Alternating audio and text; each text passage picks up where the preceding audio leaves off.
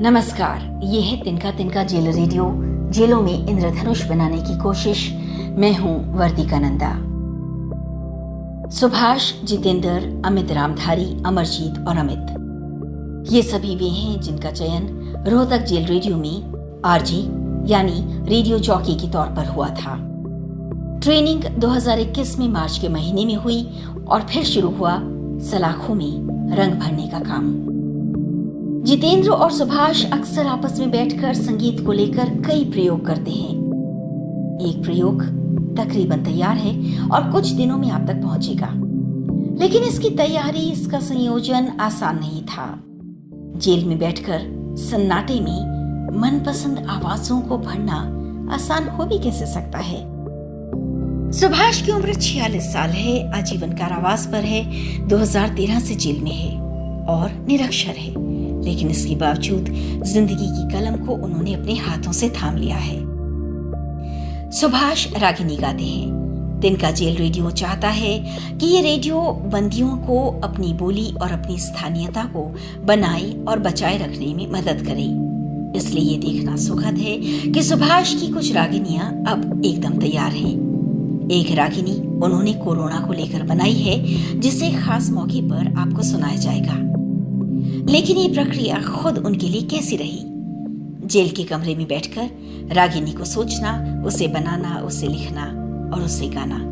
सुनिए सुभाष क्या कहते हैं। एक दिन मैंने विचार किया कि मेरा सफ़र बहुत लंबा है, कोई ऐसा कार्य कर कि मेरा सफ़र आसान हो जाए। एक दिन जेल की पाठशाला में गया और वहाँ से राजा हरिश्चंद्र व अन्य महान पुरुषों की पुस्तकें लेकर आया। उनको पढ़ते पढ़ते मैंने दृढ़ संकल्प किया कि इन महान पुरुषों के संघर्षों के आगे मेरा संघर्ष तो कुछ भी नहीं है। अब मैं उनसे प्रेरित होकर उनके जीवन के बारे में रागनियाँ गाता हूँ। और मैडम डॉक्टर वर्तिका नंदा जी ने मुझे कोरोना महामारी पर रागनी बनाने को कहा, तो मैंने कोरोना महामारी पर अपने दिल और दिमाग से रागनी बनाई। सुभाष का एक और साथी है जितेंद्र। उम्र 25 साल है। जितेंद्र 5 साल से जेल में है। उसे भी कहा गया था कि जेल की जिंदगी और अपने आसपास के माहौल को लेकर कुछ लिखने की कोशिश करे, क्योंकि जेल का रेडियो सिर्फ बात करने का रेडियो नहीं है, यह उनके अपने रचे हुए संगीत का रेडियो भी है।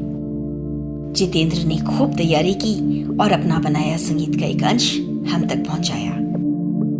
मैं जब जेल में आया था तो काफ़ी परेशान था। अब जब भी मैं म्यूजिक रूम में रियाज करता हूं तो अंदर एक नई पॉजिटिविटी आती है और अब मुझे पूरा विश्वास है कि मैं बाहर जाकर भी संगीत के माध्यम से अपनी लाइफ को सुधार सकता हूं। इसके साथ साथ मैडम डॉक्टर वर्तिका नंदा जी द्वारा रेडियो प्रोग्राम जो शुरू हुआ है, उससे भी मुझे नया और अच्छा सीखने को मिला है।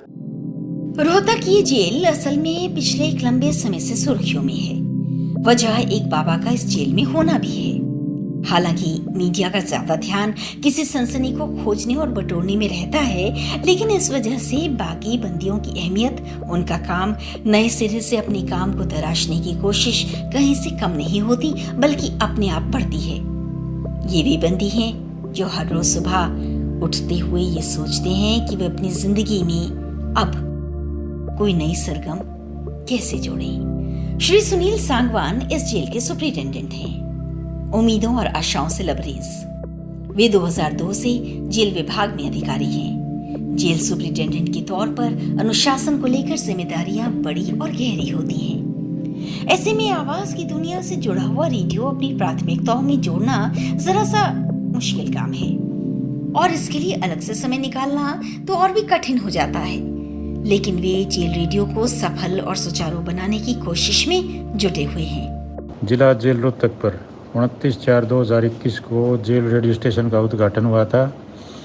जेल रेडियो बंदियों के लिए उनके अंदर छिपी हुई प्रतिभा को निखारने का एक प्लेटफॉर्म है, जिसे बंदियों द्वारा बहुत पसंद किया जा रहा है। हम डॉक्टर वर्तिका नंदा, संस्थापक तिनका तिनका फाउंडेशन का तहे दिल से धन्यवाद करते हैं, जो ऐसा प्लेटफॉर्म जेलों पर लेकर आई हैं, जिसे बंदियों द्वारा बहुत पसंद किया जा रहा है।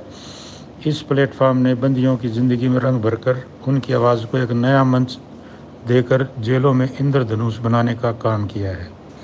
जय हिंद साथियों। आने वाले दिनों में इन बंदियों की आवाज एक ताजगी के साथ आप तक पहुंचने वाली है। लेकिन आप सोच रहे होंगे कि ये सारी आवाजें जो आज आपने सुनी वो मुझ तक और फिर आप तक कैसे पहुंची। तो मैं आपको ये बता दूं कि एक हैं श्री अमित, वे जेल विभाग के अधिकारी हैं। नवंबर 2020 में जेल विभाग का हिस्सा बने। फिलहाल जेल प्रशासन को समझ रहे हैं और समझते समझते जेल रेडियो की जिम्मेदारी भी उन्हें दी गई है। वे भी हर रोज इन बंदियों की हिम्मत को बढ़ाते हैं। आप तो सोचते होंगे कि जेल का पूरा संचालन सिर्फ अनुशासन पर होता है, लेकिन मैं जोड़ दूं कि जेल का संचालन इंसानियत और मानवीयता के साथ भी होता है।